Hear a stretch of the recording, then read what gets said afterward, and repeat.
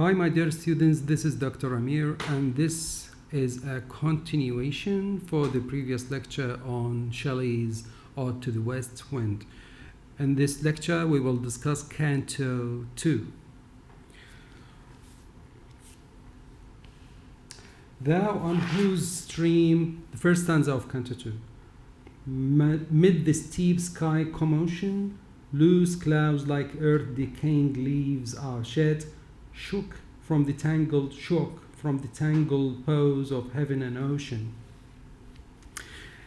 In this canto, the poet resumes his description of the wind. In the first stanza, he states that the wind which comes or steep from the sky links the sky to earth. There is a personification here when the poet describes the wind as a person who will loose the clouds and shake the leaves of the boughs and of heaven and ocean. This is a sheer glorification to the wind. Canto 2, stanza 2.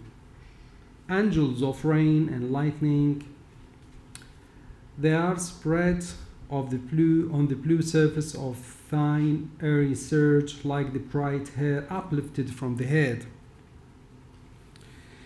These lines show how mighty the wind is, mightier than the angels of the rain and lightning, as these angels are on the blue surface of the wind. He then defines these angels as being like the bright hair on the head of an even greater being. Cantos 2, stanzas 3 and 4. Of some fierce Maenad, even from the dim verge of the horizon to the zenith height, the locks of approaching storm thou dirge. Of the dying year, to which this closing night will be the dome of vast specular, vaulted with all thy congregated might. In these two stanzas, the poet compares the wind to a fierce Maenad, or the spiritual being that used to be found around the Greek god Dionysus. This is a continuation to the description of the spiritual being in the previous stanza as having hair like angels.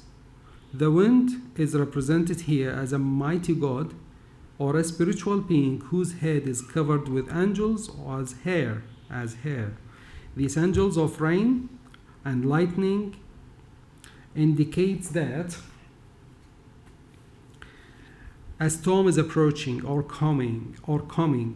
In the fourth stanza, then the poet confirms that the storm is coming and it is impending doom of the dying year. Stanza 5. Of vapors from whose solid atmosphere black rain and fire and hail will burst or hear. In the last two lines of this canto, the poet represents the wind as a source of death, while previously the poet described the wind as the destroyer. Here he also described it as a damaging agent that can produce a black rain and fire and hail. It is a super powerful wind, not a breeze. The poet closes this canto by repeating his appeal to the wind to hear his plea, or hear. Thank you.